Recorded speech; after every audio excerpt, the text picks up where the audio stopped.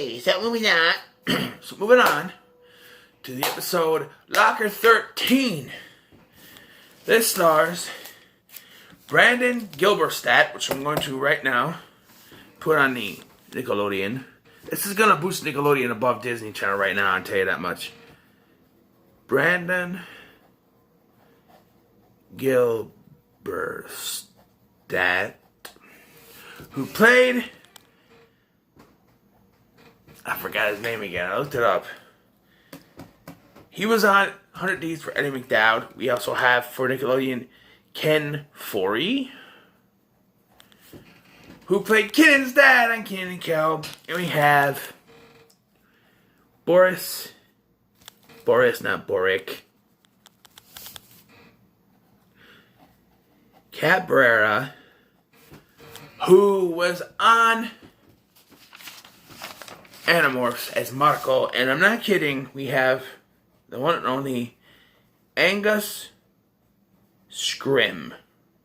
Yes, the tall man himself in this episode. Now this episode revolves around the character of Lucas, played by Brandon Gilberstadt. And he is given a new locker, Locker 13. He's a very superstitious guy, so he's given Locker 13. Of course, he's nervous, but then he finds this good luck charm inside the locker. And it starts to give him good luck. He beats Gomez in a wrestling fight, in a wrestling, a wrestling match. He gets asked out by a girl, and he wins a lottery type thing. So he's got the luck, but he starts to realize he's getting tired. The more good luck he gets, the more tired he gets. Until he's confronted by the Fate Master, who is played by Angus Scrimm, and tells him he's sucking off Luke's life force. And that once it's done, the charm will have to pass. He's giving him the good luck. And once he's done sucking off Luke's life force, it'll have to pass. The luck charm will have to pass on. He wants it to pass it on to his best friend, but he refuses to do that. Now, first and foremost, Boris Cabrera as Gomez. I'm glad they didn't hammer this trope in, and that's the bully. They have the bully show up, intimidate. That's it. And then he's in that couple of wrestling match things. That's it. He's not a big part of the episode. So I'm glad that the bully thing wasn't overused. But the big thing about this is you have Boris Cabrera playing Gomez, who's the bully character.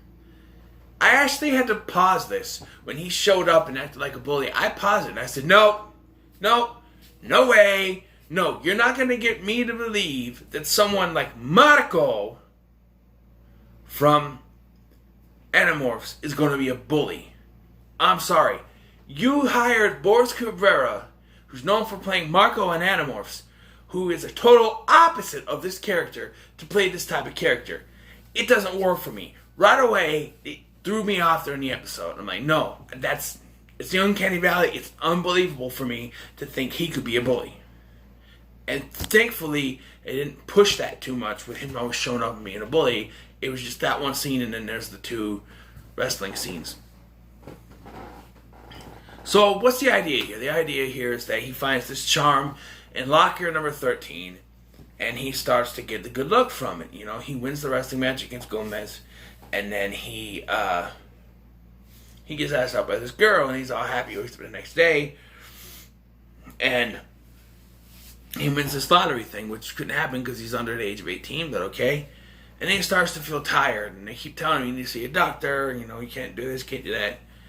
And he's like, I'm fine. And then, there's a throwaway scene where they talk about dissection, and that comes in later. And this teacher, I almost thought was a different actress, but I don't know who it was, actually, and I looked it up, and I didn't know who she was before that. I thought it was Judy Greer. But it's not. It's someone else. She was acting Judy Greer-ish. That's why I was like, is that Judy Greer? And I looked it up. It's not. But, so, this episode is not really much to talk about. It's probably, right now, I gotta write it down anyway. Is it called again? Locker 13. Locker 13. My score, I'll wait till the end. Kevin Furry, he plays the coach. He's in a couple scenes. He's not really big in this episode. And this episode doesn't really do anything. Not really. It's just there. And it's about good luck and bad luck. And the Fate Master wants to take over his body. Or not over his body, but wants to take his life force so he can keep living. But, like, how long has it been since someone had Locker 13? So how long has it since he fed off a life force? It doesn't make any sense. And he wants his best friend's life force afterwards, and he's just supposed to give the charm over to him. And that's what makes him feed off. But I think he explains that if he hand it over to him, then he'll be freed of it. But you can't in good conscience let your best friend have his life force taken away. Also, it's a little anticlimactic towards the end. We don't see this. We find out he shoved the luck charm inside a frog that was ready for dissection. First of all, the frog's still alive when they go to dissect it, and they knock it out with the chloroform thing, like in E.T. Right? But how is the frog still alive after forcing him to swallow a luck charm? I don't know. And then, so they kind of showed this back and forth between the wrestling match and the dissection. And so I think they dissect the frog, and the frog dies, and that's where it expires, and it sends the Fate Master back into the locker. And then Luke is able to beat Gomez in the wrestling match, and it's over. Like that, they just say, hey, and then they cut to the teacher finding it, and then Uncle Phil narrating over it. That's a little anticlimactic, isn't it? It's just like, what? So, he could have saved his friend if he just jumped off a fucking building? Isn't that a bunch of shit? I mean, come on. The Fate Master was feeding off of his life force. And so he gave that luck charm to the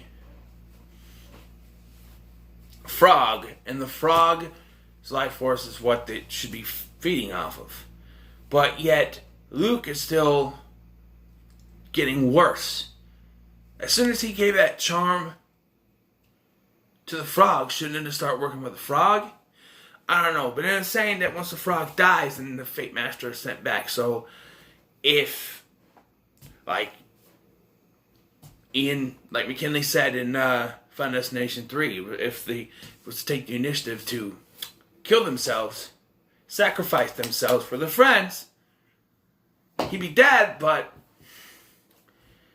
it'd be over, right? Unless someone found out the crime scene. And I think that's kind of what that lead to is this teacher going to is she going to get the good luck? And he's going to start all over again. Well, who knows? But alright. Alright, so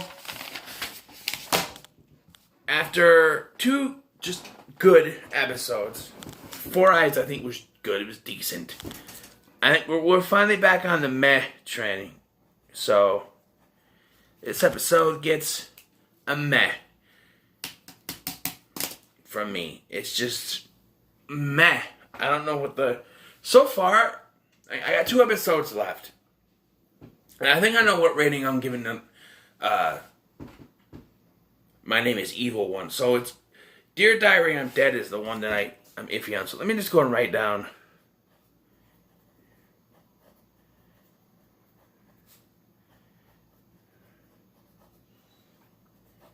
And my name is Evil. And I have literally no way to watch the last two part episode, because even the guy who's doing the reviews doesn't have a review for it, which tells me he's also watching the episodes off of YouTube. So, yeah. Yeah, 2 episodes left to go. So what are you guys' thoughts on this episode? You think it's meh, like I do? Let me know in the comments below. Make sure to like, share, and subscribe. Thank you for watching. I've been Scotty. See you in the next one.